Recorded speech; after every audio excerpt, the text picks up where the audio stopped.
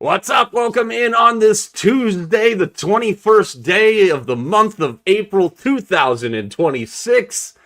It is fight night in the NHL playoffs tonight. There are brawls going down all over the place. I love it. That's what playoff hockey's about. The 76ers. What? Actually hanging with the Celtics right now. Plenty of stuff to talk about. Tuesdays are usually packed because we've got a whole weekend to unpack. That won't be the case here in a couple of months, and we'll tell you more about that later. Sign up for our newsletter, MikeAranaShow.com/links. Again, we're not smart enough to spam you. It comes out once a week, and it's freaking free, people. That came out this morning, so some of you got that as we get to some stuff, some swag, as they say, some drip, as the kids are saying now. You'll be the first to know on there, so make sure you sign up for that. Gives you the early indication of what's going on the show. Follow us on all of our social channels at Mike Arana Show, everywhere but Snapchat, because we're not 12 and Snapchat sucks. Vegas Mac, fresh off a day where you got to watch the Red Sox play a game at 8:30 in the morning on the West Coast. How are you, my friend?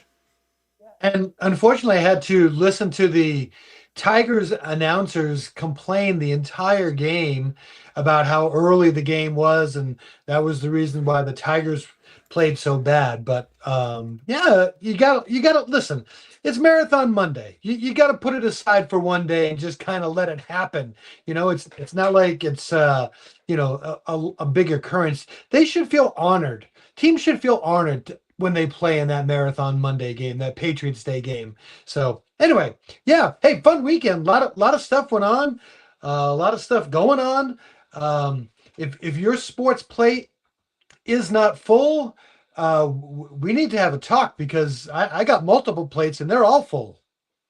Mac has violated kangaroo court tonight. For those of you that don't know what kangaroo court is, look it up on your own. I'm not going to do everything for you, but we have a very loose interpretation of kangaroo court on the show, but Mac forgot to charge his said recording device today, so he's going to sound like he's underwater in a tunnel, and it's going to be a little broken up as he first comes in here. Give us about a half hour. We should be able to rectify the situation. But this one is on us, and you won't be hearing things. Do you have anything to say before your appearance in Mike Arana Show Kangaroo Court, sir? Guilty. That's all I can say. I can't even blame the kids. That's the worst part. Normally they unplug. Normally they unplug stuff for me. Nope, this is all on me. All on you, Mackenzie. Get your shit together, will you? I beat you one week in Mike versus Mac, and now you're all thrown off of your game and everything. Completely off. Completely off. Let's get to some of the biggest news and notes around the sports world tonight on the program. After we do some headline fire, we're going to catch you up on our thoughts so far in the NBA postseason. Got some games in action tonight, some results from last night, a spread that I can't believe I'm reading correctly for the next game of one of the series. Our most impressive, our least impressive. We're also going to do kind of the similar thing with the hockey and get you caught up there. What a weekend it was. And it's Tuesday, so we're going to go around the diamond with our best of the weekend, worst of the weekend matchup we're looking forward to the most this week. Tonight, we debut for the first time publicly. We did a tester on this weekend. I have a bone to pick with Mr. McKenzie here, but we are going to unveil our playoff hat trick every night of the postseason for the NHL. So think dollar dingers, think 5 for 500. If you followed our show long enough, you're thinking to yourself, great, they're coming up with something else they're not going to be able to hit. And that's a fair statement, if I'm being perfectly honest with you. But we're going to drop our playoff hat trick tonight. So every night that there's NHL games, that we have a show. So Tuesdays, Wednesdays, Thursdays, and Fridays. Maybe some bonus ones in there if we feel froggy enough. We are going to give you 3 goal scorers from the slate of games the next night that we're going to bet on all of them to score a goal. Not a first goal, not anything goofy like that. We're just trying to get a hit here. We tested it out this weekend, and depending on how crazy we get with some of the picks, your dollar bet on this will probably pay you anywhere from, I'd say, $35 to like $65, depending on the trio that our trio decides to pick. Now, we tested this out yesterday, and I don't remember all of the picks. Actually, I still have them right here. So I misread one of TJ's texts. So we actually bet it twice yesterday. But Mac went with Jackson Blake of his Carolina Hurricanes.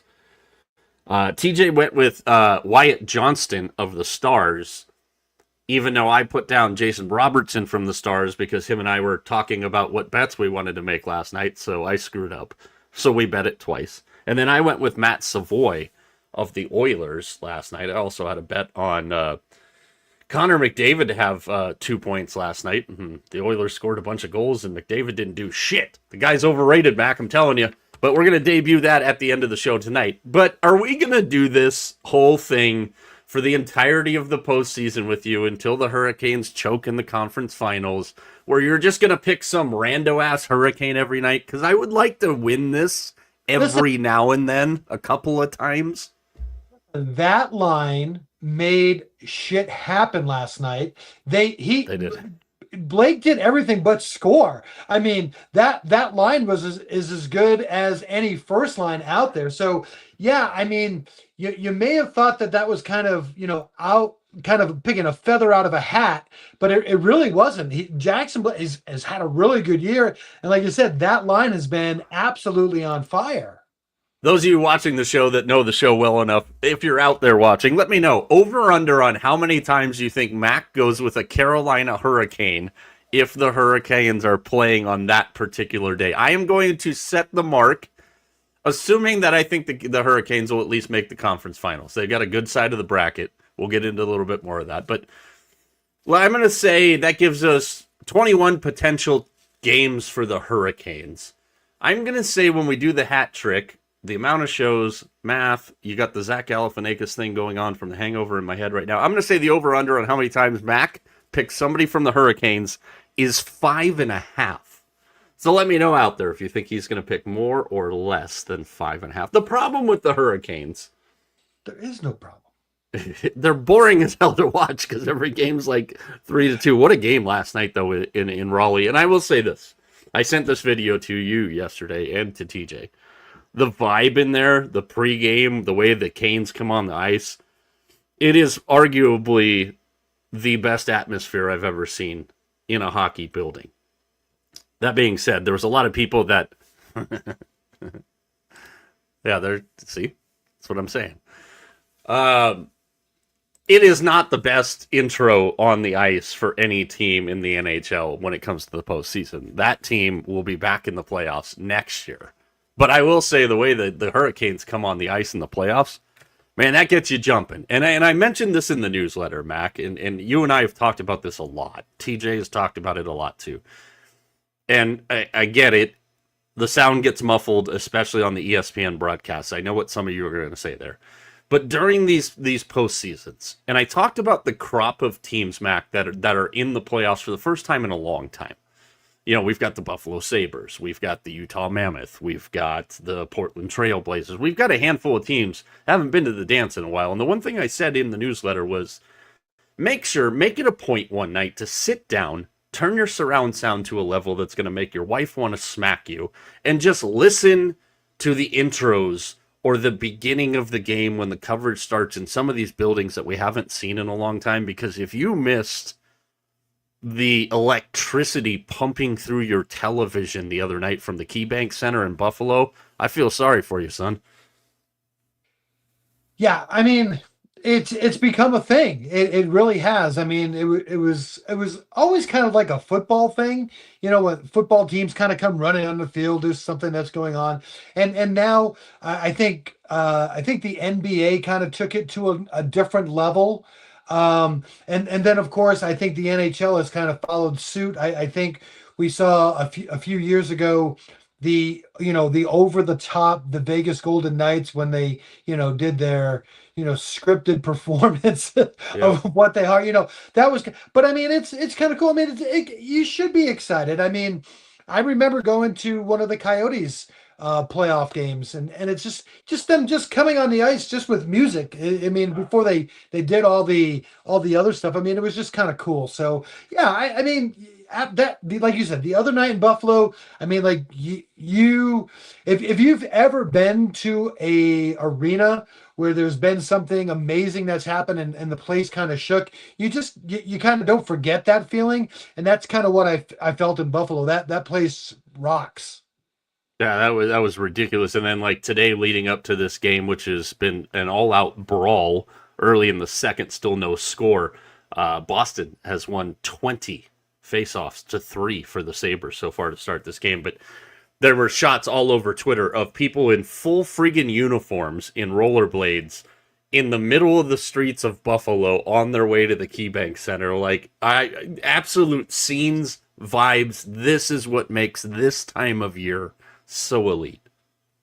I mean, and are you surprised? I mean, No. these are the same people that during football season, jump off the back of their four wheelers and onto tables like WWE wrestlers. Like, you know what I mean? Like Yeah. it's what we expect from Buffalo. Yeah, and shout out to the in arena music decision person at T-Mobile Arena on Sunday. I'm watching that game between the Knights and the Mammoths, which was physical as all get out, and it's why we love playoff hockey. But every stoppage in play, they were playing different wrestlers' theme songs inside T-Mobile Arena with Night 2 of WrestleMania going on right across the highway there at Allegiant Stadium. It was pretty funny to see.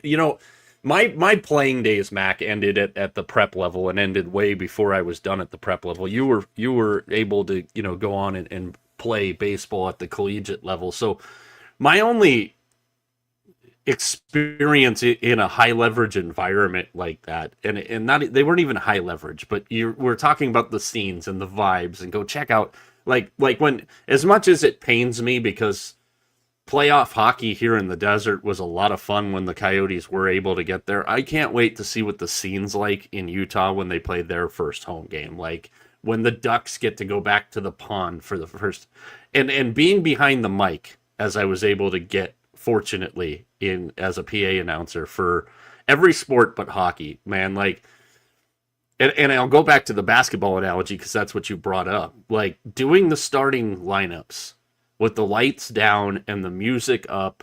And I'm gonna be honest with you, if we had 500 people in the stands, it was a good night for us. So it wasn't like there was a lot of people there, but I'm at half court, staring down the center line. All the lights are down, the music's blasting, and all you can hear is my voice. Like I still get chills thinking about it. And some of these guys that I was announcing, like they're names that a hoop head will remember.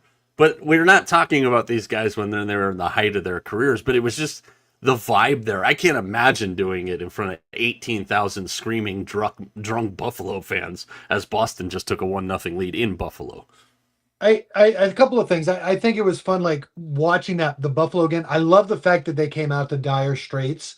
I thought that was Yeah. absolutely cool. Like that's cool. But I will tell you, like from a coaching standpoint, I was coaching on a team that made a 4-year run where we won the state championship 4 years in a row, and we made it a point to take some of our younger players to the arena for the semifinal and final game just to get them introduced. They were never going to Hmm. play in the game, but just to go through the lights down, their name, spotlight on them, walking over, shaking the coach's hand. Like we made it a point to bring young kids up just to experience that because Hmm. sometimes you don't get to experience that. And so like that was like a big thing. Like you said, they got to see their name up on the scoreboard and they ran across and spotlight just on them just for that split second of time. Those things make a difference. Those things matter. It's kind of cool. Yeah, and that's the thing too, is I think when we look at this and you take the prep experience that you were just explaining, and you multiply it by 100 when you get into one of these like playoff environments at the highest levels, like I'm a big dork when it comes to that thing. Like, and one of the things, and I've talked about their coverage all year long, and I will continue to do so because maybe it's the nostalgia part of my brain, but maybe it's just because I think in this day and age of pricing people out of the ability and pricing families to go to games physically and in person, we might as well make the experience pipe through the TV as much as we humanly possibly can.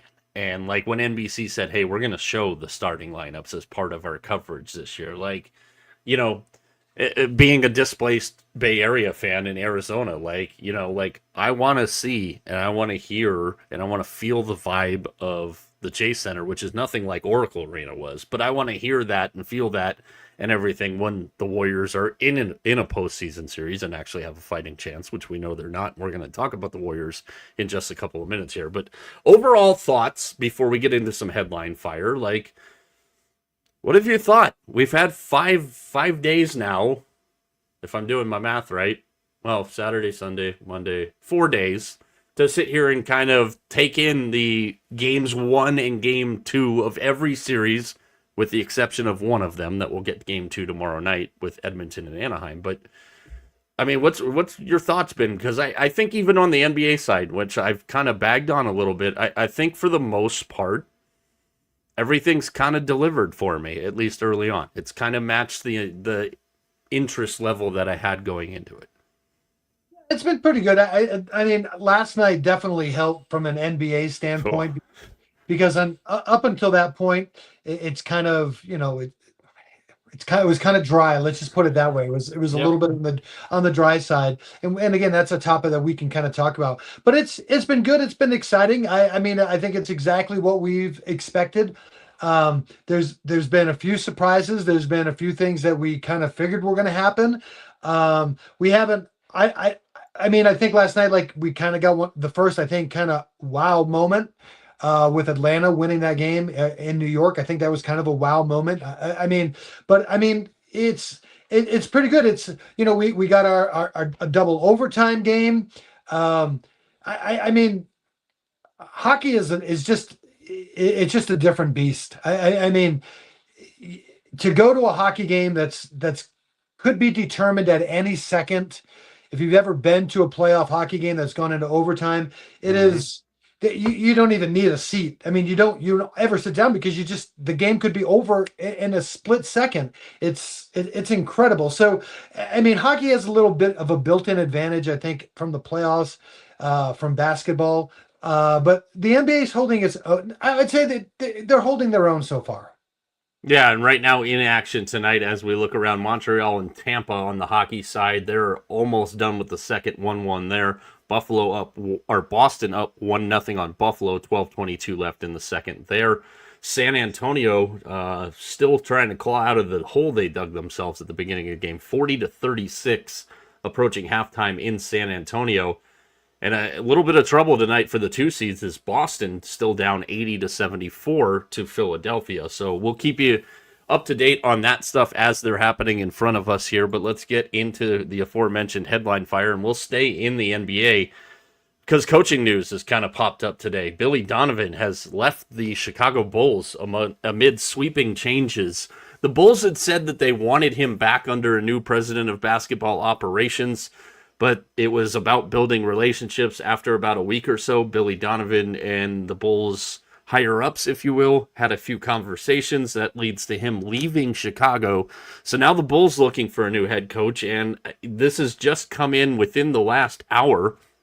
Sources have told Monty Poole of NBC Sports Bay Area that barring a unforeseen change in faith, to kind of paraphrase a little bit there, that Steve Kerr will not be back as the head coach of the Golden State Warriors on his admission. So I bring both of those up at the same time because my question to you is, what do you do next if you're the Warriors? And I will say that there is context to this that I will provide later, but you're the Warriors. You have an aging Steph Curry. You have an aging Jimmy Butler coming off of injury. You have Draymond Green, who has a player option this season, which I don't know if he'll take or not take, might go for more of a long-term deal on that, but the Warriors have questions, and the biggest question comes with who's pulling the puppet strings next for the Warriors. Where do you go next if you're making decisions for the Warriors? Because it's an interesting roster makeup and an interesting time for that franchise. I'll be honest with you, and I'm not trying to, make it a big deal. I would trade them all. I would trade Curry. I would trade Green if you can. I would trade Jimmy Butler. I mean, I think that run is over. I think it's over. I think we have to acknowledge that it's over. I've seen this before, like a couple of times. I go back to the old Boston Celtics with Bird and McHale and all those guys. Like the Celtics could have been better after they left if they would have. They all wanted to go. Larry wanted to go play in Indiana. Kevin wanted to go play in Minnesota. You could have gotten really good picks or really good players for them, and it basically thwarted the Boston Celtics for a decade, if not more. If I'm Golden State, you still can get really good players for them. I know it sucks as a Golden State Warriors fan, but I think if you look at it from a basketball standpoint, I don't know that they're going to get to the top of the mountain again with that team. So why not trade them, get what you can, and start over? You're going to have a new coach in there. It's a perfect time to do that. I have some follow up thoughts on that here in a second because I don't think you're Okay. entirely wrong. Draymond Green earlier today on it, I think this was actually yesterday, but it floated out Right. more today because of what's happened. Green said on his podcast, quote, "I hope he's our coach next season. You want my opinion? I think not, just because it feels like that. It felt like that was it. And I know by now everybody knows which moment he's referring to is when Curry, Green, and Kerr shared a moment together when they were eliminated from the play-in tournament by the Suns. And I don't know how much this is appreciated by really anybody, but Steve Kerr was mic'd up during that game on Amazon Prime, and the details of that conversation were put out immediately after the game. Um, you know, the reason I brought up Billy Donovan here is, and I scrambled today to make a couple calls to figure this out because I'm starting to put X, Y, and Z together. So here's how the Warriors work. Joe Lacob has these grandiose dreams of buying the Padres and getting Giannis in a two-timeline plan that started with James Wiseman and Jonathan Kuminga as the anchors and answers for that two-timeline plan. So from what we're hearing, Todd Golden is the guy that is at the top of the Warriors list. Todd Golden, who previously coached the University of San Francisco, knows the area pretty well, actually grew up out here in Phoenix and won a state title here in Phoenix in his playing days.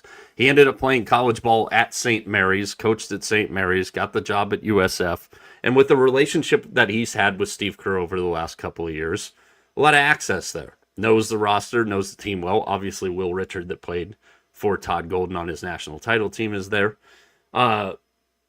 Interesting stuff here because Joe Lacob in his grandiose plans is like, oh, Todd Golden is the guy I want. And Warriors fans can attest to this because when Joe Lacob has these pie in the sky dreams, going after Todd Golden leads you to like freaking Rasheed Wallace is the new head coach of the Warriors. That's how Joe Lacob shit works in his brain. I can foresee a situation here because there was another rumor that came out today when the Donovan smoke started popping out of the United Center is that the Bulls' main target, and I haven't been able to confirm any of this yet, but their main target is John Shire of Duke. So in this weird web of shit, Mac, that I'm running you down here, Todd Golden goes to Golden State. Billy Donovan, we know, wants to get back into college ball because he did want the North Carolina job. He ends up back at Florida. John Shire takes the Chicago Bulls job and hopefully takes Mike Dunleavy Jr. from a personal fandom standpoint there with him to be the general manager. And Jay Lucas is the guy that replaces John Shire at Duke. It sounds crazy. It sounds asinine. But if you follow the connections of the story there, that's not something that's out of the realm of possibility. It It's it crazy, feels I know. like no, it does. I mean, you did a good job of connecting all the dots, and it kind of it logically makes sense. I just wonder if it. I mean, I guess in this day and age, it's you can't say it's ever too early or too late for a college coach to leave.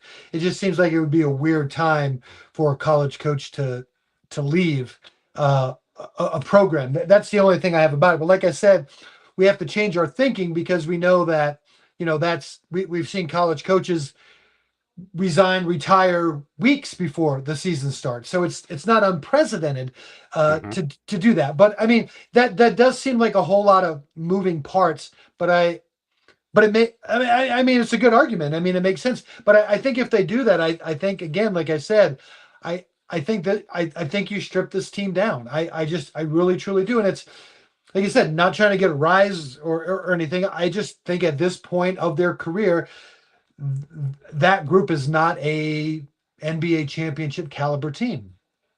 Yeah, and that's the hot button topic. Here's what else I can add to the context from the Warriors situation. The next Warriors coach is not currently on their staff. It will not be Jerry Stackhouse. It is not going to be Terry Stotts. It will be from outside of the Warrior family. Steph Curry has earned his right to go to Joe Lacob and say, I want to sign this extension that I'll be eligible for in late August this year, right around my birthday. It'd be a hell of a birthday present. 2 years, $137.5 million. The problem is that it's going to pay Steph $71 million in his age 40 season. Let's be realistic about this. That trio might have 2 years of good basketball left in them if they can stay healthy, all three of them. I think the problem that lies with the Warriors roster is the rest of the roster is not strong enough around them. Well, Steph Curry can still give you what he did in the Clippers game of the play-in tournament. He can still go take over a game and have his Steph Curry moments. They're fewer and farther between now, and the supplementation of the rest of that roster is very interesting. And you've got the Porzingis situation. You've got the DeAnthony Melton situation. You've got a possible extension for Brandon Podziemski there. So I think if you can get creative and keep the roster, you keep those three guys together, because we saw in a brief sample size last year, before Curry got hurt in the Minnesota series, those three guys were actually really effective together, especially after they got Jimmy Butler. Jimmy Butler's not going to be back, let's be honest, until probably January next year. So it is a timeline and an off season, and there'll be some more thoughts on that on our social channels at Mike Arana Show after the show gets over tonight. All right. Let's keep moving through the headline fire here. Give me something you got. All right. Let's see. I'm going to look down my list. Let's go with let's stay with basketball since we're right there. I'm going to start with my first one. Which NBA superstar do you think has the most to lose in this postseason? Wow. Hard-hitting journalism there from Mackenzie. You know. I was not expecting that kind of depth to a question here. My brain's tired from taking you through the tangled web of Joe Lacob, Todd Golden, and Billy Donovan still. I think there's a few of them. But I don't know if most to lose is accurate for all of these guys. So I'm just going to give you a couple of names.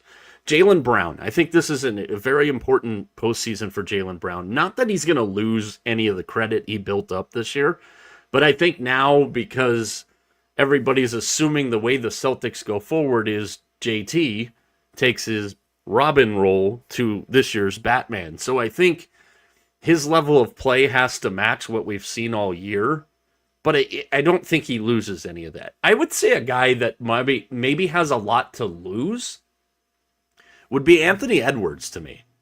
Because there's a lot of people that think, because of that Minnesota team and because he is the driving force on that Minnesota team, that they should be a no-brainer and a threat for the Western Conference Finals every year. And they very likely could again this year. That was a hell of a comeback from them last night. But I think over the past couple of postseasons, Anthony Edwards has really kind of jumped on to, hey, I can be the face of the league kind of stage.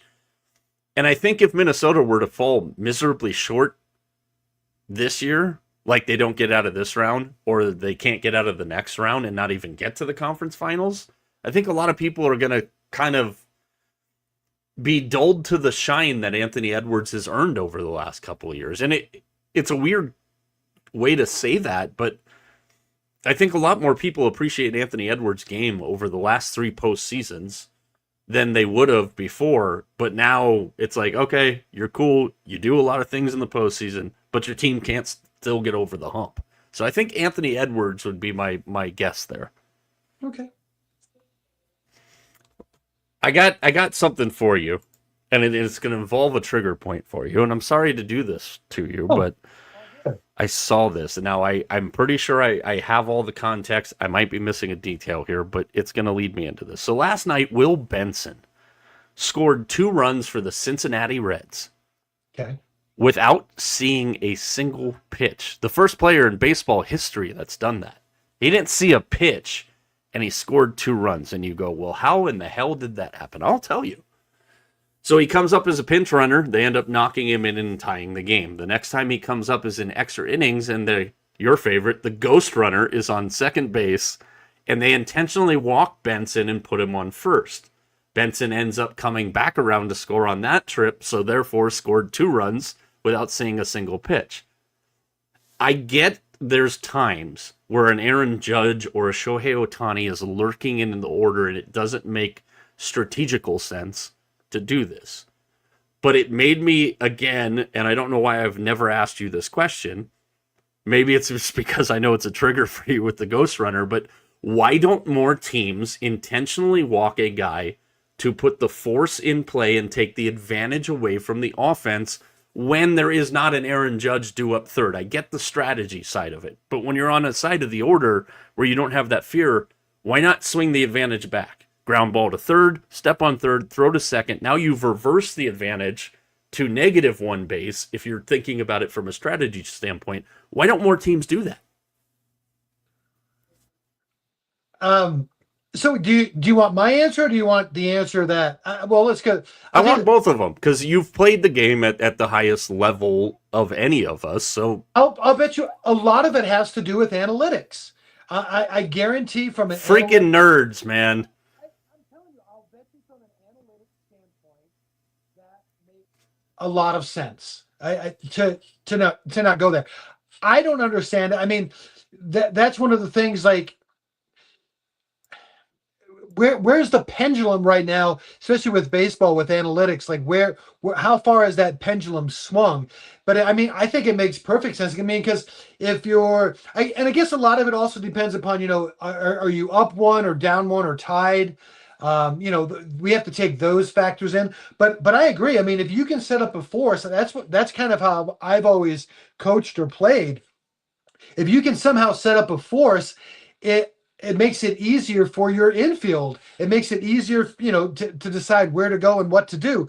It totally makes sense. But I think part of it is because from an analytics standpoint and the pitchers that we have nowadays, most managers are thinking, well, I'm just going to get the strikeout.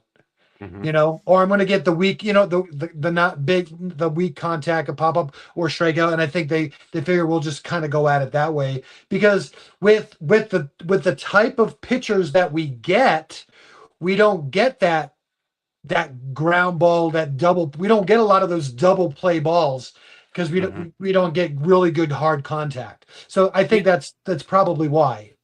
Yeah, and last night.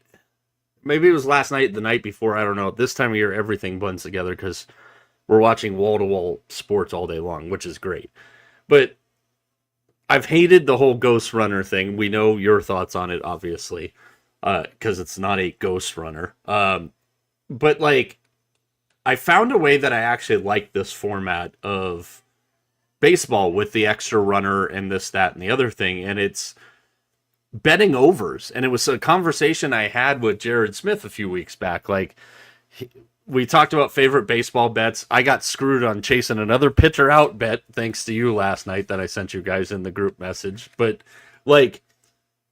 there, and I don't have the data in front of me. This will be the next step for me, but I wonder how many times that we get to a point where the games in extra innings just end 3-2 or 5-4. It's just one team scratches in the 1 run. I would venture to guess it's not very often. So with the automatic runner on second base, if you're into teams that have weak bullpens here, we get a bunch of bonus innings for a bunch of cheap ass easy runs because we've already got a guy on second.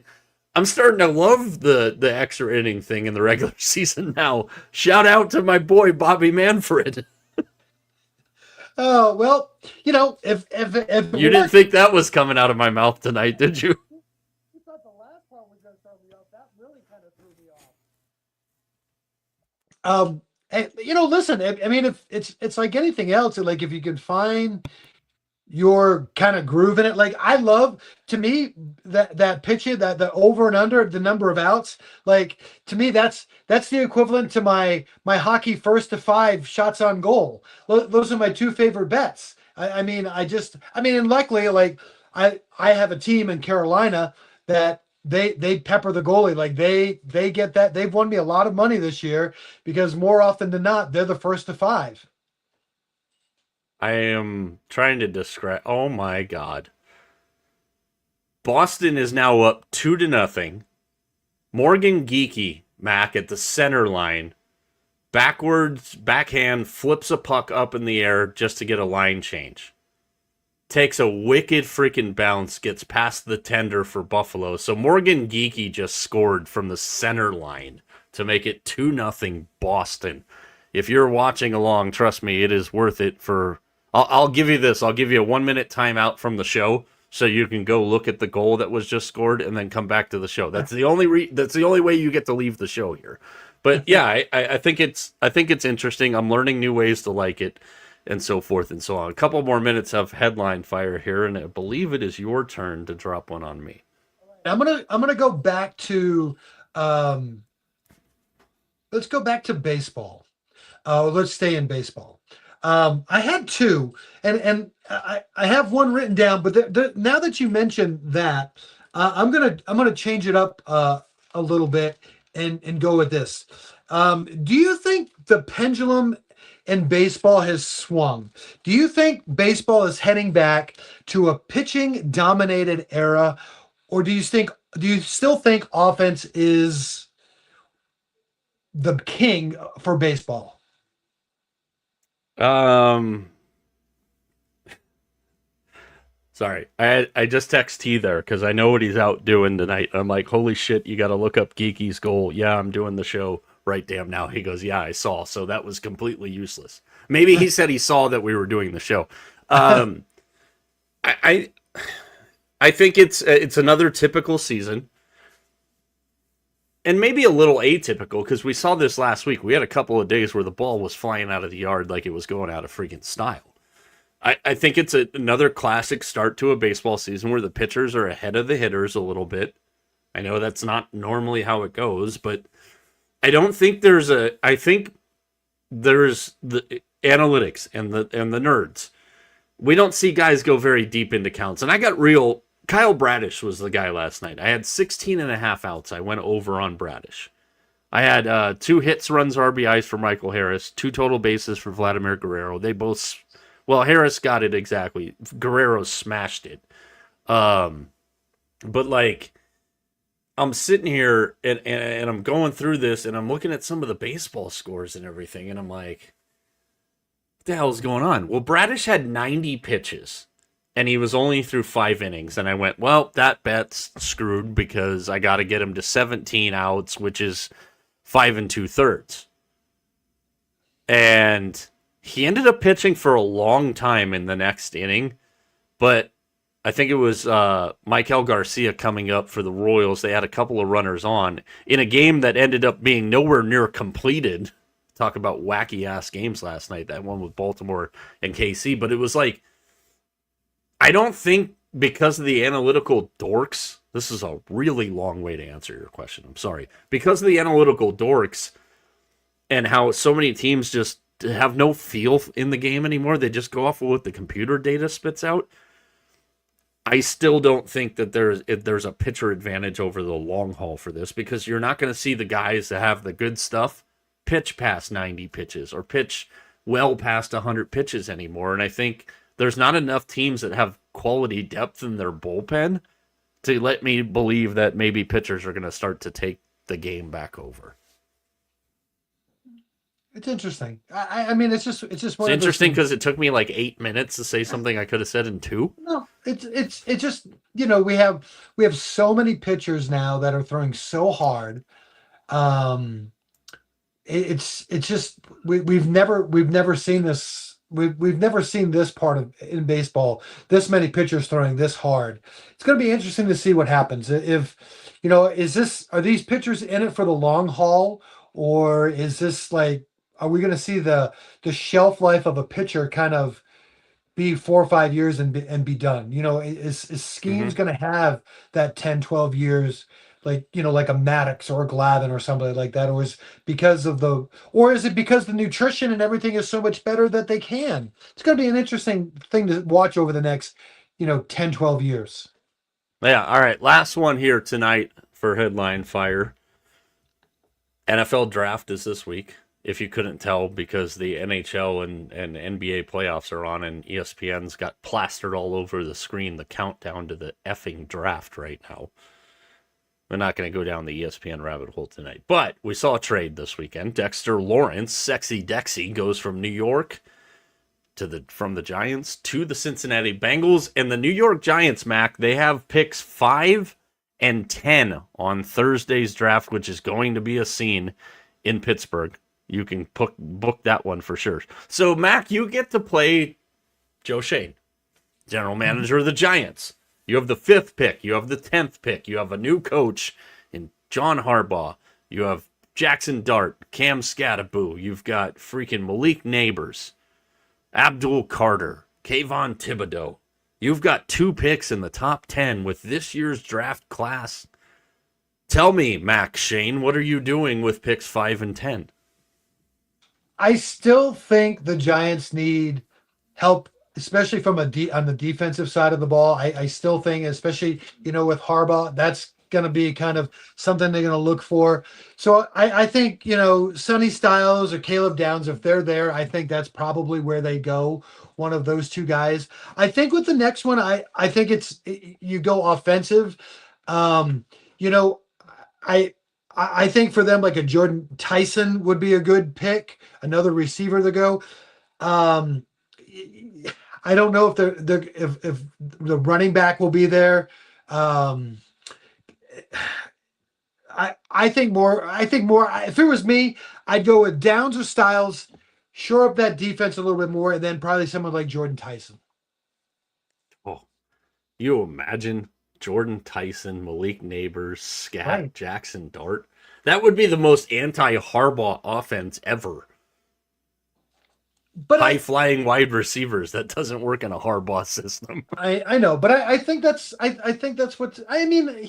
He he did a lot more with the offense than I think than people give him kind of credit for. You know what I mean? Yeah, I'd agree with that. Ravens offense was pretty darn good.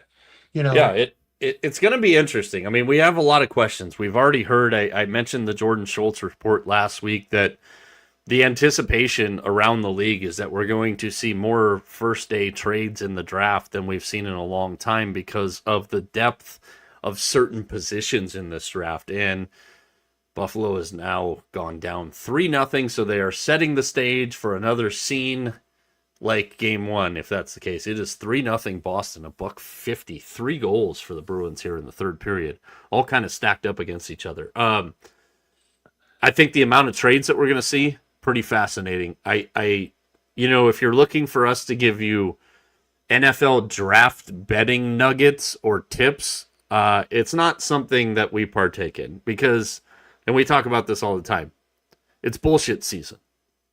Mac mentioned Jordan Tyson just a couple minutes ago, and I saw a great post. Pretty sure we retweeted it from our X account earlier today. And this guy posted his mock draft in 1 to 32.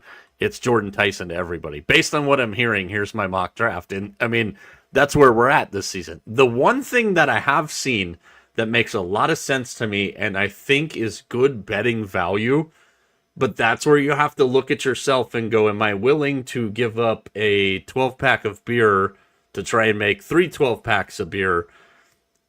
Is if Jeremiah Love is available at 3, I think there's a very good chance that the Arizona Cardinals would take him at 3. And it's crazy because the Cardinals have plenty of other needs, including needing to pay Jacoby Brissett, who's not happy with them right now. But I think I could see Jeremiah Love going at 3. If I'm going to make a bet for the NFL draft, I'm going to target Jeremiah Love and go 3, 4, 5, see where the value points are. I think he goes to Tennessee if he's there for Tennessee, but there's a lot of, I think legitimate smoke that Jeremiah Love could be a Cardinal, which is kind of interesting if you think about Trey McBride, Jeremiah Love, Marvin Harrison Jr., Michael Wilson. Next year, when they suck so bad and they draft Arch Manning, like that's a hell of an offense going forward, Mac. I just wish teams would do it the right way. I mean, we saw, with the Raiders, the same thing. You can have a great running back, and if there's no holes to run through, I don't care how good of a running back you are. I mean, it's the same thing. Poor guy's going to get, it's going to be hand me the ball -3 every time just because there's no offensive line. -3 yards in a cloud of dust. It's a new student body right and left play. I know you said we only had one more, but I got to ask Go you. for it. It's our damn show. We can go as long as we want to. I hate this week's PGA event, by the way. You're preaching to the choir there, brother. So I came up with a way to make it even better. Oh, God. Go. Tell me what you think. It's all I did was beat him 1 week in Mike versus Mac, right. And he's going off his freaking rocker. It's a team event, right? All right. How about this? I don't know. How many teams are there? Give me a number. 30 teams?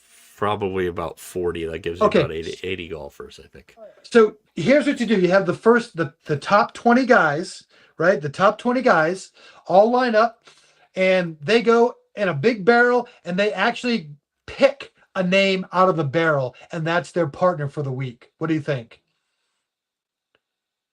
They don't get to make the teams. They get who it's like a draft, not even a draft. It's like a lottery. You just go in, the next 20 names are in there. You just get to pick a name, and that's your guy. You do that on Monday. I love that idea. You have Monday and Tuesday to kind of do your practice rounds with them, right? Or even Wednesday, and then you kind of go from there. I think that would be a lot more fun because you get some. Can you imagine some of the teams that you could get with that? I'm like, that would be fun. Yeah, it would be fun. I can confirm 80 teams, 160 players. The cut is the top 33, so top 66 players, basically, and ties. So that's the format. I love that idea. I will say this, Mike versus Mac, obviously coming out tomorrow night on the program. It's not a signature event, so we don't have time on tomorrow's show for golf picks. But I will say this, Rory McIlroy's out. We know he's teamed with my guy Shane Lowry a lot in this event. His replacement is Brooks Koepka. And see, I think that's kind of cool because that's a hell of an interesting pairing for me. And the fact that Rory was replaced by, read between the lines here. Rory was replaced, and I'm sure this was a conversation between Rory, Shane, and Brooks. The dynamic here is kind of interesting when you think about it. He was replaced by the biggest name that bolted for Liv, who's already come back to the PGA Tour. That's fascinating to me. I'll give you a little teaser here. I did not pick Koepka and Lowry in Mike versus Mac, but I have bet them to win the event because I think that's a dynamic pairing. Pretty good. So, but you got to spice it up a little bit, but it's not one of my favorite events. No, I hate the damn thing. It's the one point on the Mike versus Mac calendar that I'm like, great, here we go with this urge again. But it is what it is. So let's get into some of the NBA stuff. Again, Boston on their way to losing game 2, down 13, less than 2 minutes to go. Jaylen Brown has just made his way to the bench, so it looks like Joe Mazzulla's waving the white flag tonight. San Antonio and Portland, the Spurs have gotten back into that game, and it's a typical Spurs performance tonight. Stephon Castle leads the Spurs with 12 points, and then you've got 8 guys all with 4 points or more. I mean, the Spurs, the balance of the Spurs, I think, is a lethal weapon for them in the postseason. Let's go to what happened last night. We'll start in Cleveland, where yet again the Raptors could not put together a whole basketball game against the Cavaliers, and the Cavs have a 2-0 series lead. Donovan Mitchell, 30 points and 7 rebounds last night for the Cavs. The Raptors were able to make this one a little bit more of a game, Mac, but so far through 2 games against Cleveland, they've looked completely overmatched against the Cavs. Wasn't this the team that kind of everybody was kind of saying, oh man, wait till you see the Raptors.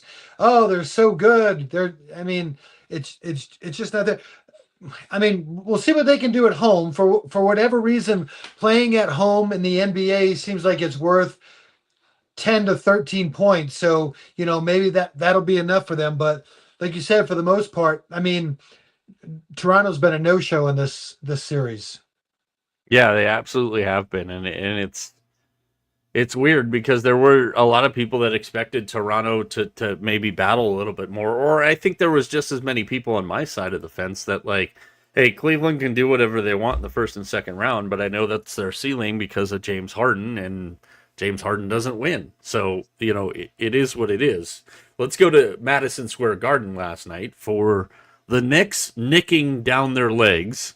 And Mac, I put this in my notes for today, and I said, you know what? It wouldn't be the NBA's postseason if the Knicks weren't choking off a big lead in the fourth quarter in the early rounds of the playoffs. So therefore, 1,000%, the NBA playoffs officially started last night as the Knicks pull the Knicks, and they lose to the Hawks 107-106. They get outscored in the second half 53-45.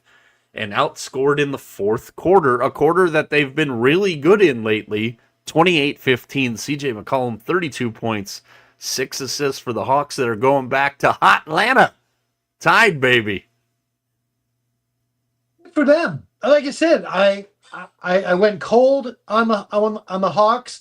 I re-upped on them a week later after kind of doing a little more of my homework, and I told you that if the Knicks kind of had their eye towards the Boston Celtics a little too much, or maybe Philadelphia in that matter, in round number 2, I thought Atlanta could get them, and so this is for teams like Atlanta, like this is a big. You don't understand, like to win on the road in the NBA playoffs is a big deal, especially for a team that hasn't had a whole lot of wins. So I think this is that was a big game for Atlanta, especially after game 1, to be able to get through that one and get a nice victory. Yeah, 29-7 from Jalen Brunson last night. Shout out to Jalen Brunson because that 3 he hit, I needed him to hit a 2 there. He hit a 3 to get over his 28.5 points. Why Mike Brown decided to take that timeout back to wherever he resides in the New York metro area, I have no idea.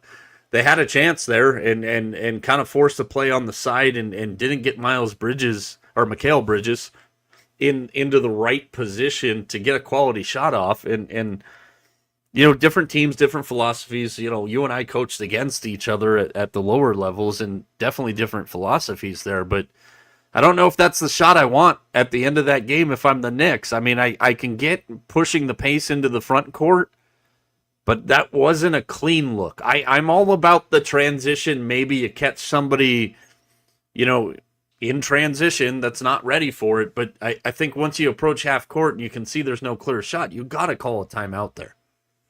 Yeah, I mean, like you said, especially at that level. I mean, they have so many plays that they can run for certain people, get the ball into the hands of the people that you really, really want the ball into, try to figure out what your mismatch is and kind of go at there. So, yeah, I mean, but, again, I'm going to tip my hat to Atlanta. Tough place to play. Good for Atlanta. And now we'll see how the Knicks respond in game number 3. 59 points, 14 rebounds, 11 assists from the duo of Maxey and VJ Edgecombe tonight, led by Edgecombe's 30, as the Sixers have evened the series against the Celtics, headed back to Philadelphia, San Antonio, and Portland in progress. The final game last night was an epic one. It looked like it was going to be another just absolute freaking ass-kicking early. Denver jumped out to a 14-point lead at the end of the first quarter against Minnesota. Minnesota was able to get it back to even, all square, headed in the second half, and they outscored Denver by 5 last night. Anthony Edwards, 30 points and 10 rebounds, and it was a game for Ant that wasn't great at the beginning, but again, we were talking about him off the top of the show. He hits another level at playoff time, and Minnesota last night, between Anthony Edwards and Rudy Gobert, as much as I give the guy crap, they did a hell of a job on Nikola Jokic last night. Went through most of the first half with nothing in the point column, essentially. Almost hit another triple-double last night.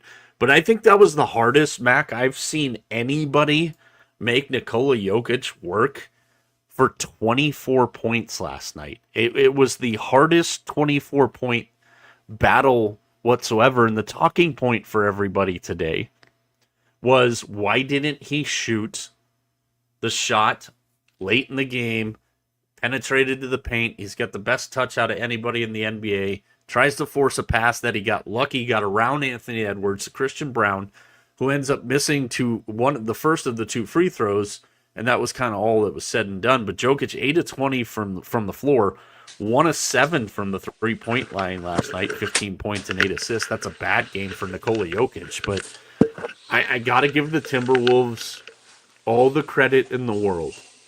And the addition of Ayo Dosunmu they got from the Bulls, and you look at his box score last night, it doesn't tell you a whole lot. He had 9 points, he had 4 rebounds, he had 5 assists, but he's added a different level to the Wolves. And you talk about gritty wins that separate teams, man. That was one of those wins last night in Denver for Minnesota. This is what you talked about. This is exactly what you talked about. You said that, this could be, an epic series. You said that this could be the beginning of, something that we could see over the next couple of years. This is what you called this. So, I know you're not surprised that Minnesota was able to play Denver that tough. I know you've been really, really high on the Nuggets as far as what you think they can do come this playoffs. But this is. I was getting ready yesterday to really talk about how bad the NBA playoffs have been. I was going to say that there really hasn't been very much to watch. It's kind of been, home teams have kind of won, and if they haven't, we haven't had any close games. And then last night, finally between Atlanta and this one between Minnesota, we finally got a little bit of action. And then tonight, Philadelphia. So things are starting to heat up, in both the NBA and NHL playoffs, and it's good to see. But for Minnesota, if that's the kind of defense that they're going to play, and that's going to be difficult, but if that's the kind of defense they play, they could give Denver all they have. Yeah, absolutely. I do agree with you. And again, I will give the Wolves credit, because the biggest thing I said about them leading into the series was I just don't see how they're going to magically flip said switch now that they haven't done all year. They definitely did it in game 1. They definitely didn't have it in the first quarter of game 2, but something happened there. And you look at what they did to Denver from that point forward, and they're going back to many, and it's 1-1. And, it's going to be an incredible weekend in Minnesota, because we got a hockey series going back there. We got this series going back there. And you want to talk about like the ability in the same city to get some incredible first round matchups. Minnesota won that prize already, because Minnesota Denver and Minnesota Dallas is as good as it gets. 7:30 tonight on the West Coast, about a little less than an hour from now, Game 2 with the Rockets and the Lakers. Kevin Durant cleared to play tonight in Game 2 for Houston. And the Lakers got a win they desperately needed to have in Game 1 with no Kevin Durant on the floor. What did you make of the Lakers' performance, all things considered, on Saturday night, Sunday night, whatever night that was? I think it was Saturday. I put the Lakers as my surprise team through the first couple of games. It's one of those. We've talked so much about, kind of feels like they're doing it with smoke and mirrors, if you will. What is LeBron going to do? And LeBron played very, very well in that game. Listen, I'm still not sold on the Lakers. I know because of the draw, it might work out for them, but we'll see what happens tonight. This Conference finals, baby. Yeah, I know. It's not, and now I look at it, I go, it could really happen. It honestly could happen, but I expect more from the Rockets. I think for me, overall, I think the Rockets have probably been one of the most disappointing teams this year. I expected more from the Rockets at the beginning of the year, and they just haven't produced. And we'll see what happens in Game 2. Now, 6 of 19 from the floor, 19 points, 8 rebounds, 6 assists for Alperen Şengün. Jabari Smith, 16 and 12 in that loss from Saturday night there. And, you look at what the Lakers got.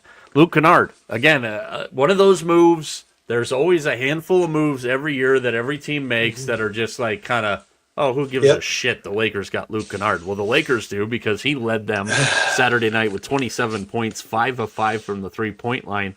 LeBron 19, 8 and 13. DeAndre Ayton 19 and 11.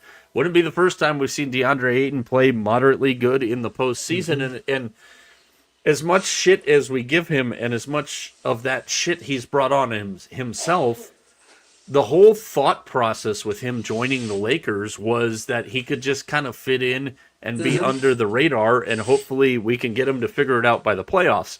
If you get 19 and 11 from DeAndre Ayton, you can take your time on Luka and Austin Reeves coming back. Yeah, and that's one of the things it is kind of scary about the Lakers, because we know where the focus is going to be. It's going to be on LeBron right now. It's going to be on Luka when he comes back. And I think that's one of the things that we can kind of look at, like those other players, not much is expected of them. Just it's kind of like, don't get in the way too much. Go do the dirty work, get the rebounds, play good defense, make the shots that you need to make when we give you those opportunities. And it may be why, especially even come playoff time, that some of those second and third tier players actually play pretty well, because not much is expected of them. Well, yeah, and I talked about this on Friday's show, and I wanted to talk to you guys about it, but, we've kind of talked about it anyways, but it's the 2-1-1 theory in the postseason, and I can't remember who gets the original credit for this, but in a 4-game series, your best player wins you 2 of those games with his performance. Your second best player wins you 1 of those games with a performance, and then it's who's got the role player that has the 1-game step up. Well, for the Lakers, they got that role player with the 1-game step up in Luke Kennard, and can LeBron win you 2 games? And when you look back through the box score, all 5 starters for the Lakers the other night, Hachimura, Marcus Smart in there as well, they were all in double figures. And like Marcus Smart, if he's able to give them 15 points, right. I mean, you would be able to go 2-1-1 doesn't really apply to the Lakers in the series because of Reeves and Doncic, but if LeBron can will himself to 2 victories in this series, you already got the Luke Kennard game. I mean, who knows? Maybe you get Austin Reeves back for a game 5. He has a great game. Boom, there's your 2-1-1. Like, they're in a power position there, and it'll be interesting. This Spurs-Portland game, just from side-eyeing it, 66-64. Thiago Splitter just got banged with a technical at the Frostbank Center. 6:55 left to go in that one in the third quarter. Let's move over to the hockey side of things, where we got a couple of games going on as well right now, Mac. But we've seen some interesting stuff to this point. We saw the great game last night between the Sens and the Canes, the double overtime game, the Flyers Penguins. That's been an interesting start to that series. Minnesota and Dallas has been everything we thought it was going to be. Physical as all hell, a lot of after the whistle activity. And then we saw game 1 of the Ducks and Oilers, where yet again a Southern California team craps the bed down the stretch in the playoffs against Edmonton.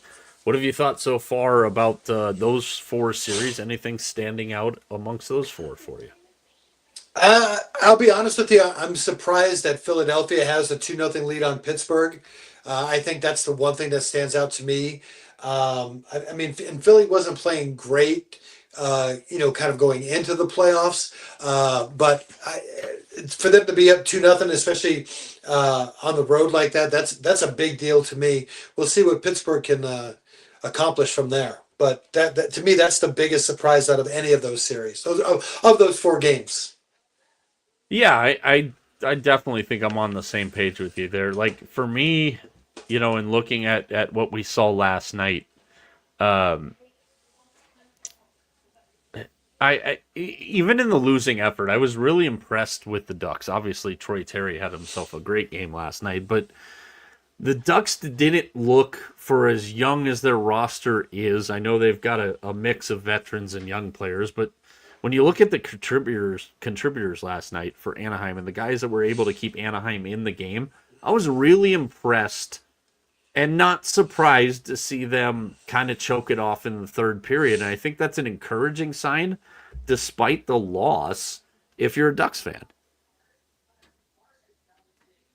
I'm sorry, I just saw the highlight of the geeky goal. I took my minute. That's fine. That's fine. You're supposed to signal timeout, damn it. Sorry, I was just like it just Is that popped up on incredible? it popped up on my screen. I was like, oh my gosh. That thing had more knuckle on it than the ball that Julio Rodriguez had to catch in center field last night. Oh my God, that's That awful. puck, that ball. There we go. Yeah, You know what I there you meant. go. Yeah, yeah. Here's the thing. We have to remember. Anaheim was winning that division almost all year. They really, yeah, no joke. Um, they were up in that division almost the entire year. I mean, so we know that they have the ability to do that, and so again, I'm not surprised the way that they played it and played a tight game. Am I surprised the way that it kind of fell apart at the end? Well, like you said, that's kind of just the way things are kind of going. But I mean, I think both California, both them and the Kings have played their first games were really good. Yeah, LA and Colorado coming up here in about 15 minutes. Utah and Vegas has been pushed back till about 7 minutes from now. Carolina and Ottawa last night. Your boy, as Boston just scored again. It is 4-0. Is that Arvidsson? 71, yeah, Arvidsson with the 4-0. 1944 left in the third there. They literally just started the third period. So as far as like the Bruins and then the Carolina game, I mean, it's one of those things. I think for the most part, it sounds silly, but the Bruins have dominated that series so far, except for that 5-minute stretch in the third period. The Bruins have dominated the series. I mean, truth be told, they should be going up 2-0, and I say the same with Carolina. I mean, yeah, yeah, it was a 2-2 game. Yeah, I went into double overtime. But if you were really watching that game, there were a couple of times where you just wondered how Carolina isn't winning that game 4 or 5-0 or 4 or 5-2. I mean, but to Ottawa's credit, they hung in there. But again, you have to look at the bigger picture. I think it's the same like with the Canadiens in Tampa Bay. I think Montreal has held the ice more so than Tampa Bay in that one, and that's what you look for in these series. Sometimes the score doesn't always tell you everything that you need to know about the series. You kind of have to kind of watch and kind of see. But like I said, I mean, the Bruins basically have won 5 out of the 6 periods. They just had one bad 4-minute stretch in that third period. Otherwise, they should be up 2-0. Yeah, Montreal up 2-1 about halfway through the third period in Tampa. That would give them a 2-0 lead. I remember now when I got distracted there where I was going with the Hurricanes. Quite the night last night for your boy, Jordan Martinook. Had a chance to win it after a goofy offsides ruling and then some other subsequent parts of the rule. That thing could have got way more weird than it was.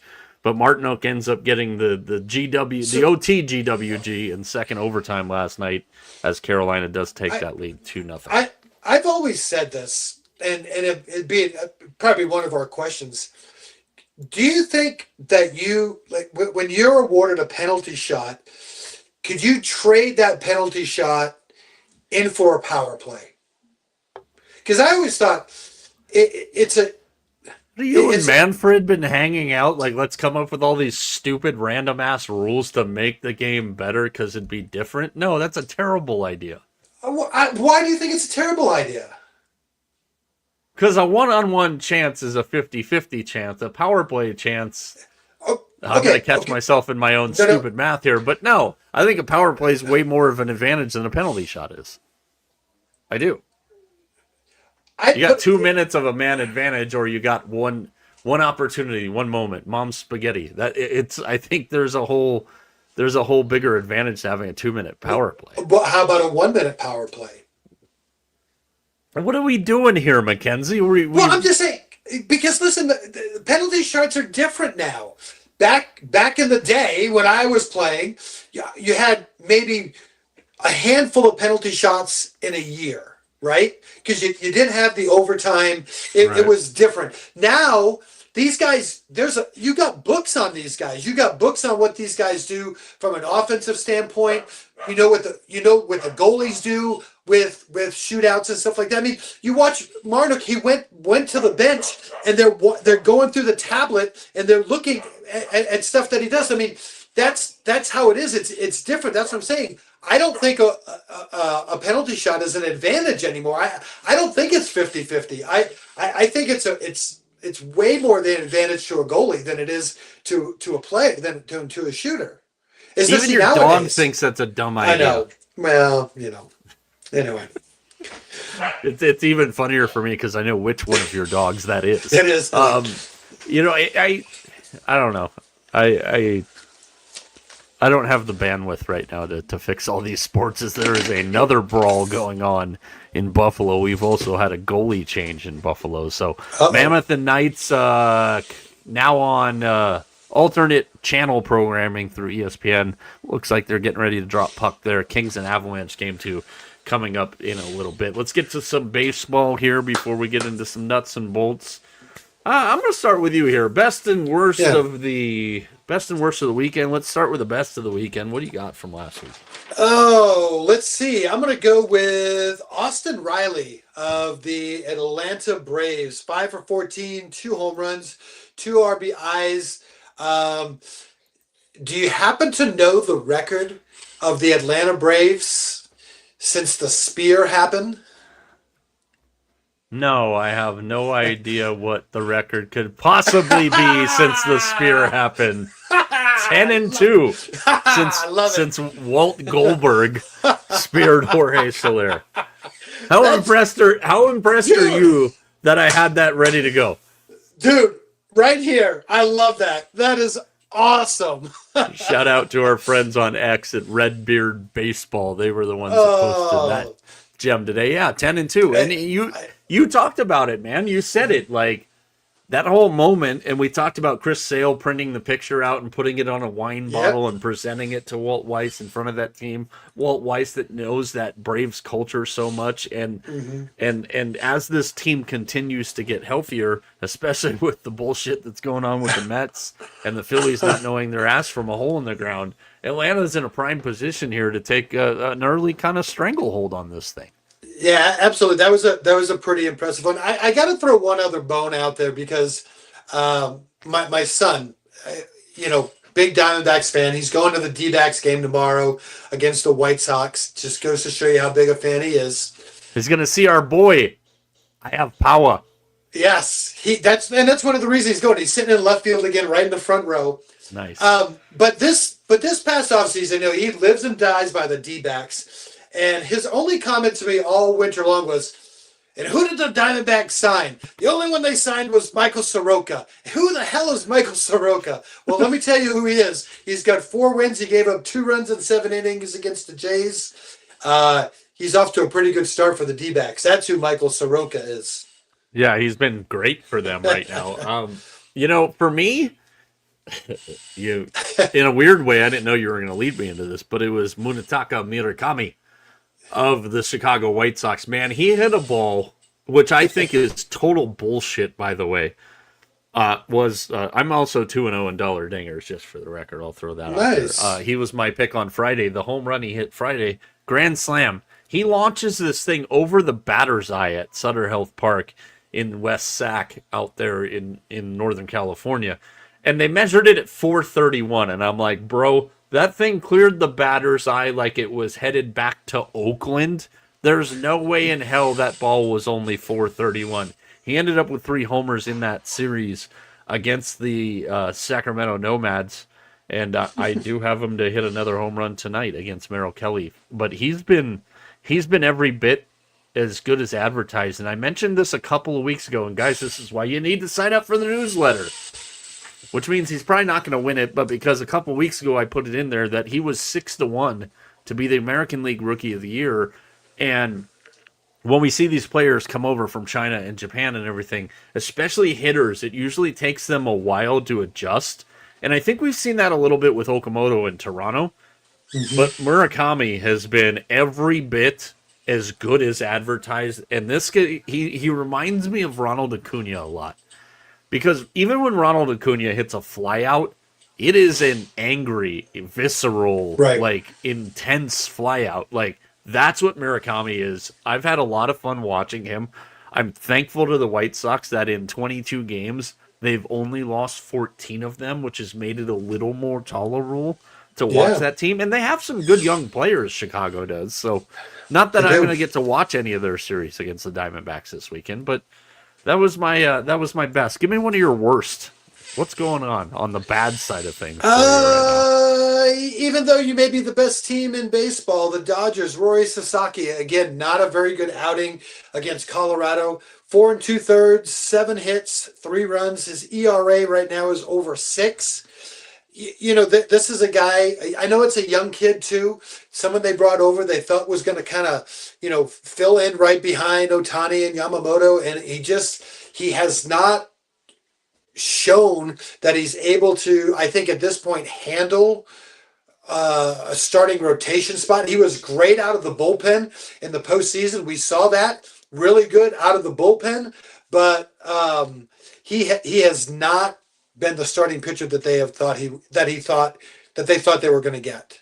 I made this comment to one of my friends about 3 weeks ago, and we were talking about the Dodgers, which is weird because I don't know why I engaged in a conversation about the Dodgers, but I said, he asked me specifically about Roki Sasaki, and I said, I can guarantee you, if it's not this year, by the end of next year, Roki Sasaki is the closer for the Dodgers. He looked great last year in the postseason in relief roles. Yeah. I know that they have Edwin Diaz, but we also know now, typical Dodgers, that Edwin Diaz is going to be out for a few months.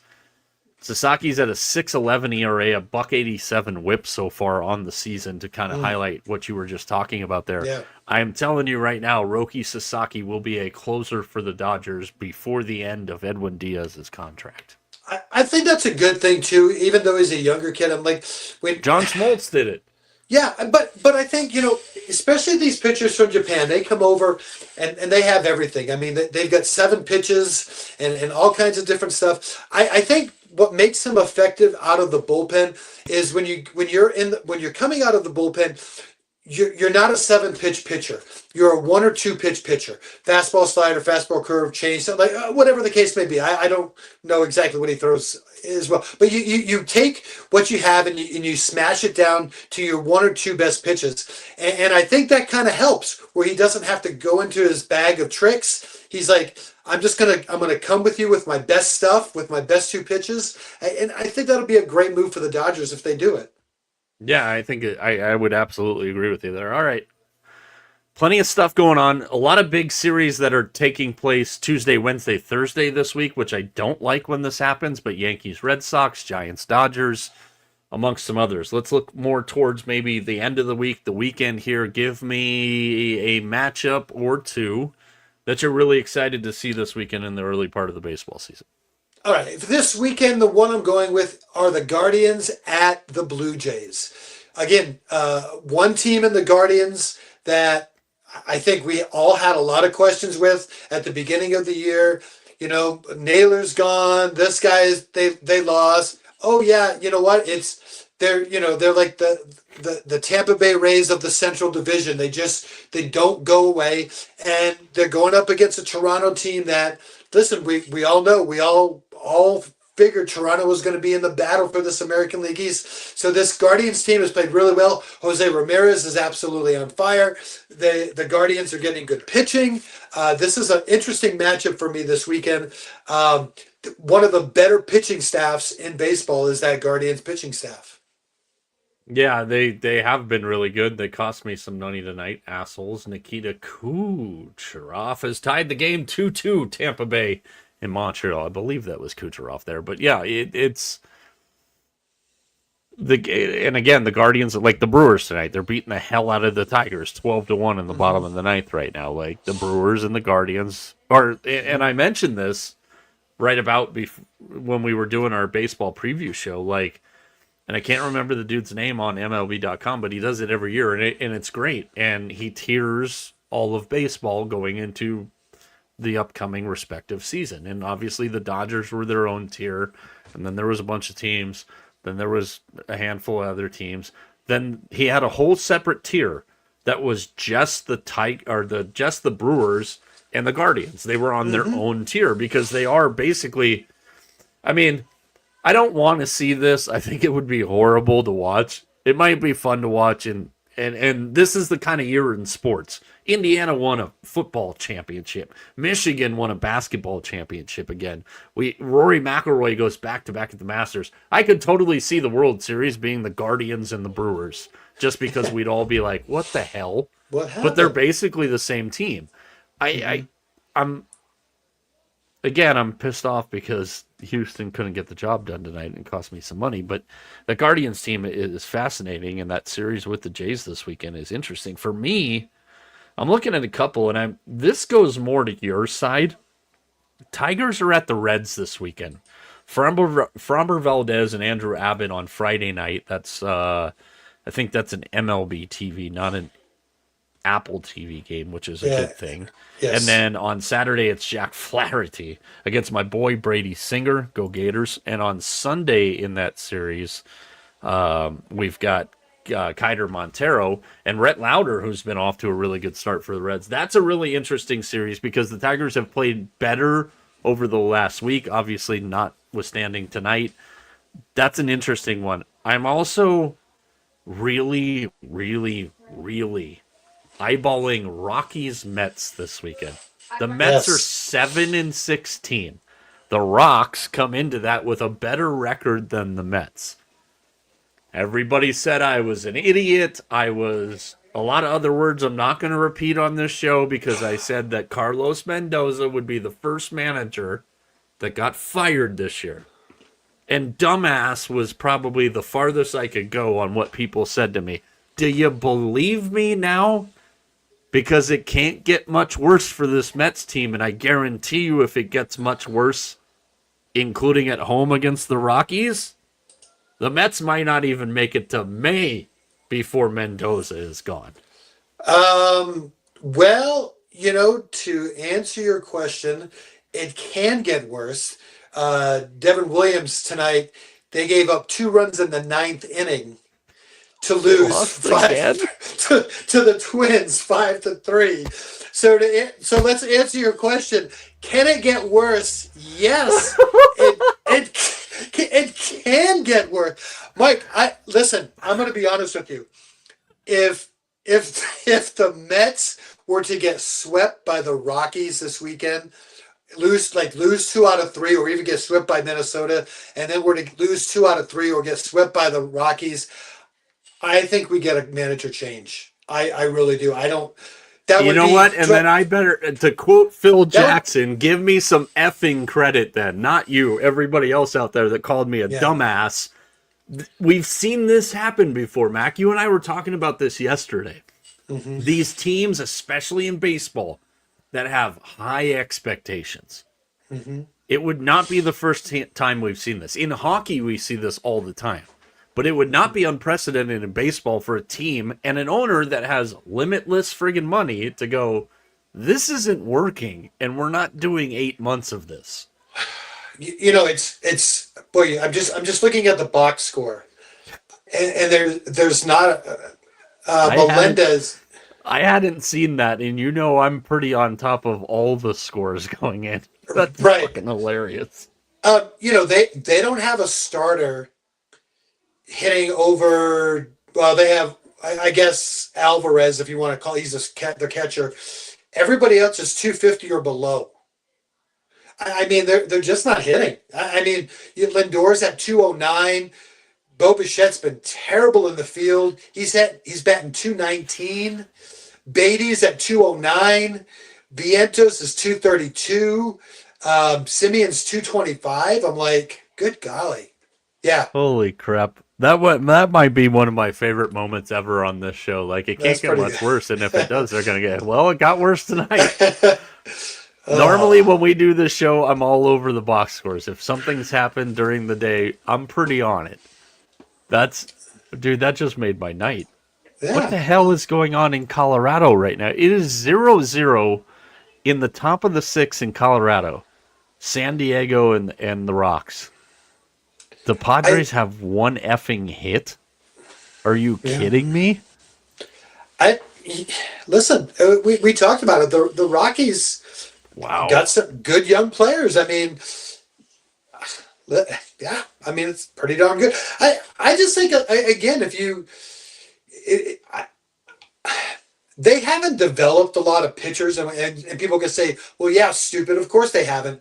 It's because of, they're in Colorado. But I think that's what you have to do. I think you have to develop your own pitchers and say, listen, this is how you have to pitch in this ballpark. You have to pitch in this ballpark a little bit different. And I think, we talked about this, like, who would want to come to pitch in Colorado? It's got to be somebody who needs to kind of prove themselves. Yeah. But I think if you can develop your own pitchers and say, listen, this is how you have to pitch here, I think that's a better way to go. Yeah, I think it's absolutely the way to go, and it's the only way to go for them. I mean, that is what it is. Utah and Vegas, 14:26 left in the first. They are underway now. Montreal and Tampa look like we're heading to some bonus hockey there. Oh, dude, that just made my freaking night. Right on it. Somebody owes me some credit when Mendoza is not the manager by Memorial Day, and I don't even know if we'll get to the month of May. Dude. That's miserable. Yeah, it is. The Giants are better than the Mets. Oh, that sounded weird just to say. Yeah, I'm totally shocked. I mean, I didn't think. I mean, nobody thought they were going to be this bad. I mean, they are historically bad right now. We've got tickets to talk about. We've got a hat trick bet to lay down, but to finish up baseball, we can't go any further because it's Tuesday. That means it's time for another edition of the rotation. Oh man, am I going to get people going on this one? I'm going to start with the best teams in the American League. That's right, the best teams. I'm going to start at number 5. It's the team we just talked about, the Minnesota Twins. And how are they doing it? They're doing it with the long ball. 24 home runs that this Minnesota team has. We know all the stuff going on in Target Field, but the Minnesota Twins, they're my number 5 team. At number 4, I'm going with the Texas Rangers. Why are the Rangers successful? It's because of their pitching staff. They're keeping things close. And that's how you win ball games. That pitching staff is getting better and they're keeping things close. At number 3, it's the New York Yankees. They're not my top team. They're right there in the middle. It's their pitching that's holding the Bronx Bombers up, not their offense. This team will get better if their offense gets better. At number 2, it's Tampa Bay. And why is Tampa Bay at number 2? Pretty simple. They just keep getting wins after wins. This is a team, if you're going to be a champion, you have to have repeatable winning streaks, and they've had repeatable winning streaks so far this year.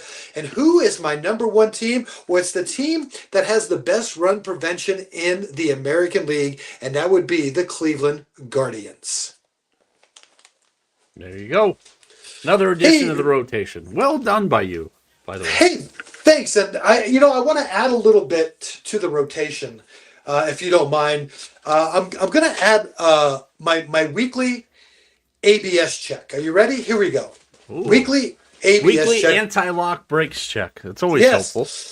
The team, I'm going to go with the best right now. The team with the best success rate at 72% is the Cincinnati Reds. They are the best in baseball at 72%. The best position player, talking catchers or pitchers, but the best catcher, Sal Perez. He's had 16 successful challenges.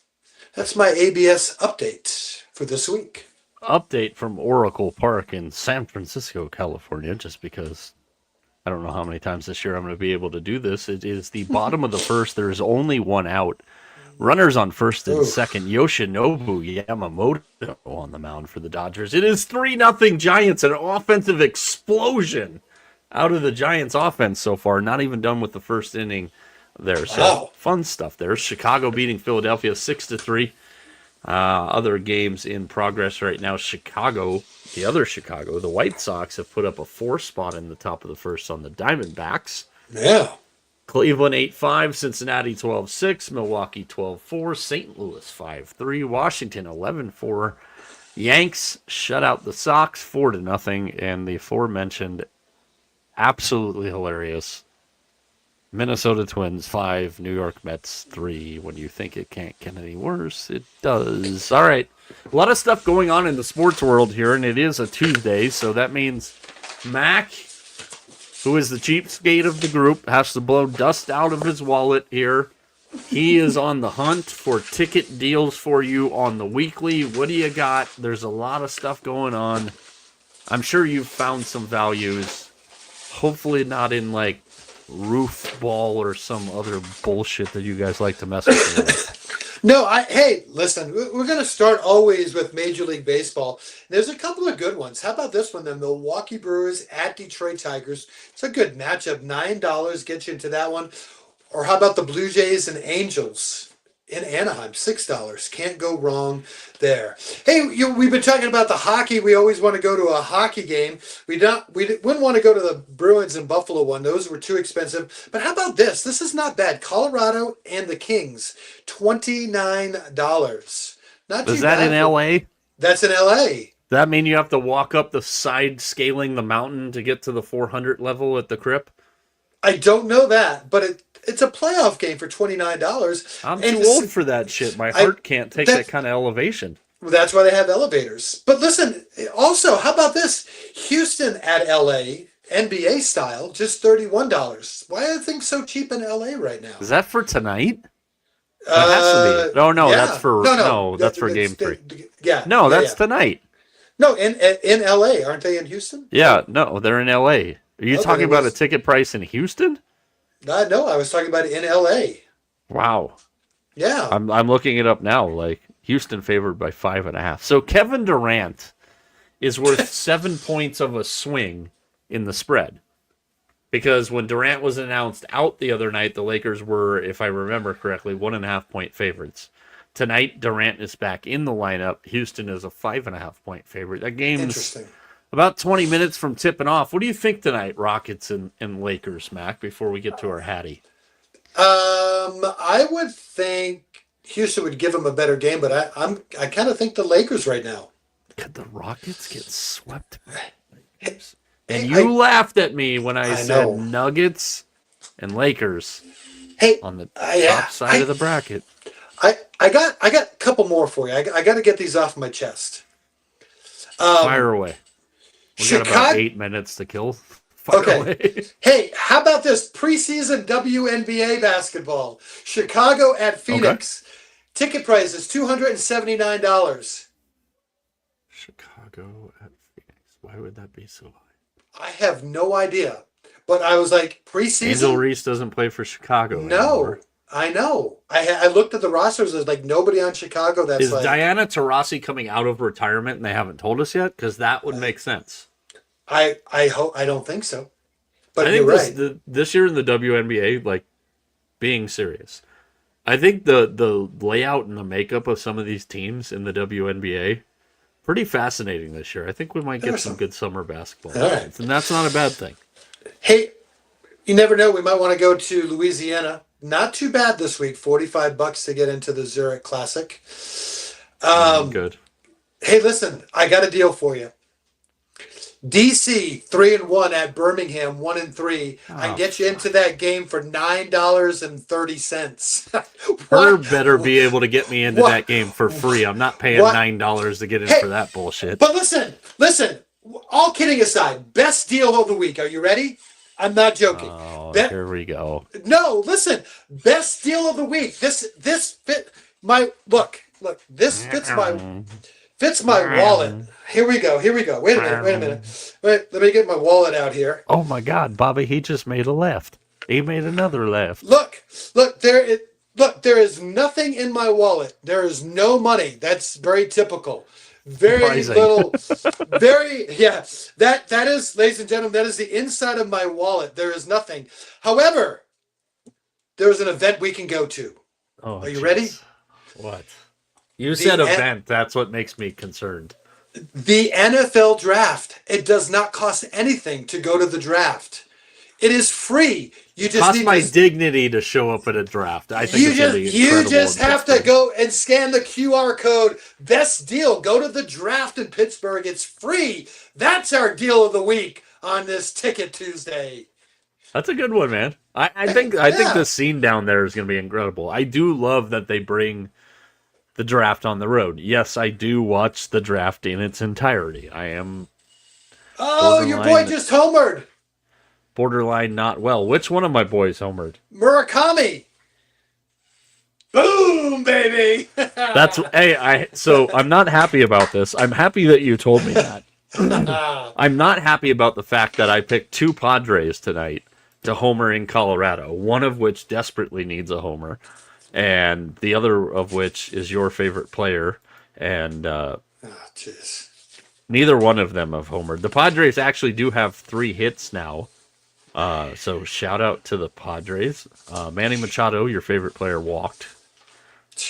He could walk, So a all right. bases loaded walk there to give the Padres a 1-0 lead. But yes, Murakami, I'm telling you guys, if you haven't seen this dude play, MVP, baby. the Rookie of the Year at 6-1 2 weeks ago, I was like, man, this guy looks like he's every bit the real deal. I So agree. that's 1 homer. I need a homer out of Manny Machado Whatever. and or Zach Neto tonight. All right. Neto is where are they at? They're at the bottom of the 3rd from the Happy Halo. Where TJ is not tonight. TJ got admonished for some foul language tonight from what sources have told me. Apparently he's at daughter's softball game and he made a phrase that he got criticized for. So I'm gonna have to. This is breaking news here. Sources have told me that he was admonished for some questionable language. Gotcha. We'll get to the details of that. All right, tomorrow night we've got a bunch on the hockey slate. We've talked about it. It's time to debut it for the first time on the show. So tomorrow night in the NHL, we have Penguins Flyers Game 3 from the Xfinity Mobile Arena in Philadelphia, Pennsylvania. Tickets not cheap, if you were wondering about that. Dallas at Minnesota from the Grand Casino Arena. Sounds like a place I need to hang out. And then Ducks and Oilers Game 2 from Rogers Place up in Edmonton. So we have 3 games. We're looking for 3 goal scorers out of 6 teams and at a minimum 180 minutes of hockey. TJ's not with us tonight, so I'm going to drop his, and it comes from the second game. I am very hesitant now that I see the layout of who's got the goal in the first game, the second game, and the third game. I'm very not confident about this. But TJ's going to go to the second game for his pick. Minnesota back at home, and he's going to go with U.S. men's hockey Olympic hero, if you will, Matthew Boldy of the Minnesota Wilds to score a goal tomorrow night. That leaves 2 games for picking, 2 teams each for picking. Vegas Mac, who is your part of our hat trick tomorrow? And I know he can't be a Hurricane because they're not playing tomorrow. I know when we did this, I was all excited because they're in that rotation. They should be playing tomorrow, but they get oh my God, the White Sox just went back to back home runs here. They got 3 home runs in a The row. White Sox. What year is this? I know. Where's Greg Luzinski when we need him? That's a good reference. Merrill Kelly's not having a fun night, dude. He's at an he is. inning and 2/3 with 7 earned and 7 hits. I'm going Back to hockey. Matt Boldy was TJ's. Yes. You give me yours. I'm staying in the state of Pennsylvania. There's a lot going on in the state of Pennsylvania this week and weekend. So I'm going to stay in that Pittsburgh and Flyers game. And my pick is Owen Tippett to light the lamp. Owen Tippett to light the lamp for the Philadelphia Flyers. So that leaves me either going to one of the games that you guys have picked, Murakami Vargas Montgomery, back to back, as Mac was just referring to. I'm going to go to the Edmonton game. There's a couple guys on the Ducks I really, really like to score a goal tomorrow, but I kind of felt like it's at a certain point late in the second period, Vegas has just gone up 1-0 on the Mamos. Was that Tomas Hertl? No way. Tell me it was Stoner. We got a goal. I'll let you know who it is. It looked for a decent chunk of the late second period and the early third period last night, Mac, in that Edmonton-Anaheim game, that Anaheim is definitely in their step-up year because the moment looked a little too big for the Ducks last night at one point. Did you get the same sense from that? Yeah, a little bit. Like I said, that's what I said. Like it's kind of like how their season was. They kind of had that lead for a long time in the division, and then all of a sudden just kind of felt like they ran out of steam a little bit, and you kind of that game was kind of like a microcosm of their season. Yeah, and you know, so I think if Game 2 was in Anaheim, I'd probably pick a Duck, but because it's in Edmonton, I'm leaning more on the Oilers side, and I'm going to go with the guy I actually picked yesterday, Matt Savoy of the Oilers, to light the lamp. So there's our hat trick for tomorrow night's game. We'll post it up officially on the social channels tomorrow morning so you can see it. But Matt Savoy from Edmonton, we're going with Matt Boldy from Minnesota, and then, of course, Mac had to screw it up and go with an Owen instead of a Matt. Sorry. We're going to have to revisit you being in the leadoff hole here if you don't get the job done tomorrow. I like your pick, though. Yeah, I feel as though I always try to get the game, the early game, and try to get us going, and then I haven't had a whole lot of success. It's just kind of a crap night. No, it's not working out very well, so we need to think about this here. First goal for Vegas was Hurdle. Actually been no goal. Changed and credited to Jack Eichel.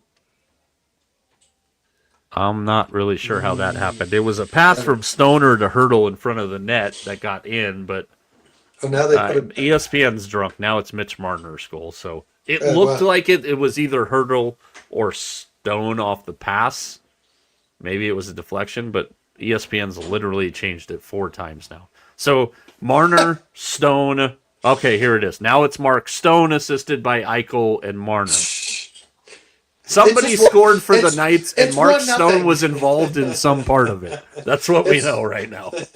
It's 1-0. Let's just go with that. That was weird as hell. It looks like they're giving it the Stone off of assists from Eichel and Marner. That was an interesting thing, too, that, we talked about the Tortorella thing with the Knights, Mac, and, he's kind of forced this line out over the last couple of games, and I really kind of question why it took him so long. But the line that has Eichel, Stone, and Marner on it, instead of the way it's been where Barbashev's been in there. Barbashev played great the other night, but I was waiting for when are we going to permanently see the Stone, Eichel, and Marner line, and now we're getting it. Buffalo has just made it 4-1.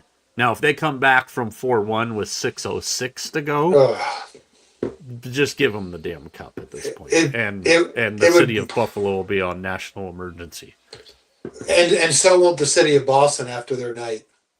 It's a fair point, man. That's a really fair point. What we got going on? 98-90 Spurs have finally got some space between them and Portland. We got about 6 minutes there.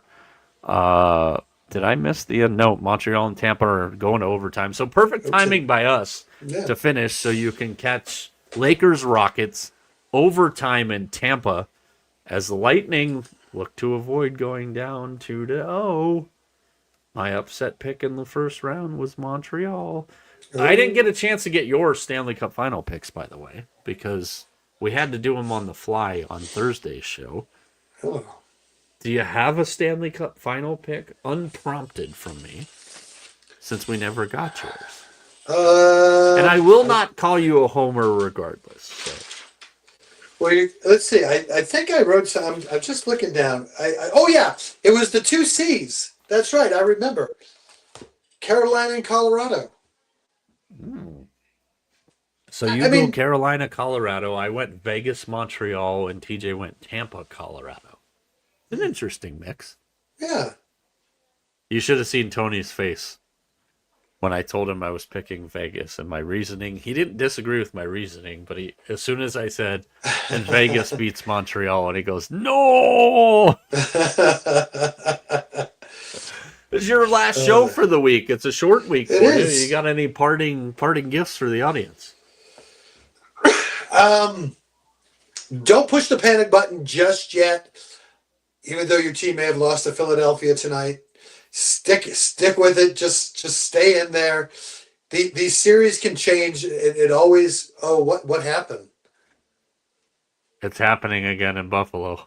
Did they score again? They just scored in less than a minute. It's now 4-2 with 4:52 left. Oh my god! Hold on. There's just no way that can happen again. Can you imagine? I know. Like you said, and you brought up the good point of it. I wasn't even thinking of the scene in Boston if they were to lose this game too. Oh, right now they that game tonight. is going to be hurt because, after game one, the Celtics played really, really well, and everyone's like, oh, well, they're not going to get any sort of pushback from Philadelphia. I mean, you knew Philadelphia was going to push back a little bit. But, man, oh man, So I can't tell you who shot this from the point, but they hit the post. The rebound bounces out in front of Swayman, and Krebs knocks it past Swayman. Swayman screaming bloody murder for a high stick, I think. No, that's a good goal. It looked like a good goal to me. It went off the crossbar, or off the post, and then back through Swayman, and it bounced out in front of him, and then they just put it by him. That's a good goal. I don't even know why they would be looking at that. There's no goalie interference. Nobody's even in the crease. That's a good goal. That's just a waste of time. First career playoff goal for Peyton Krebs. It is 4-2 Boston.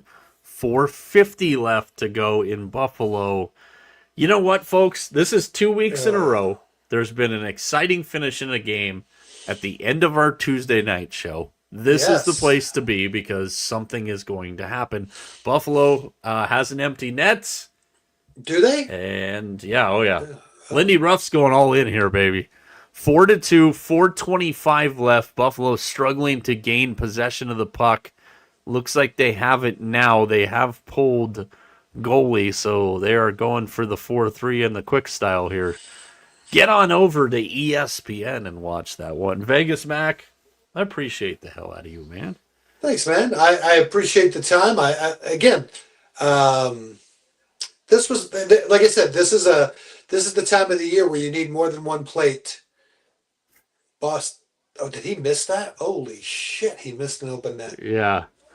Folks, get this Buffalo-Boston game on, even if you're not totally a hockey fan, because this is going to be freaking ridiculous down the stretch here. Tomorrow night, TJ and myself, Thursday lunchtime live, Friday lunchtime live. Follow everything on the social channels, including in about 20 minutes from now, we'll have some more thoughts and some stuff coming out there as far as reality checks for a couple teams in the NBA. For TJ, for Vegas Mac, for everybody behind the scenes, I'm Mike. You know the drill. We'll talk with you tomorrow night.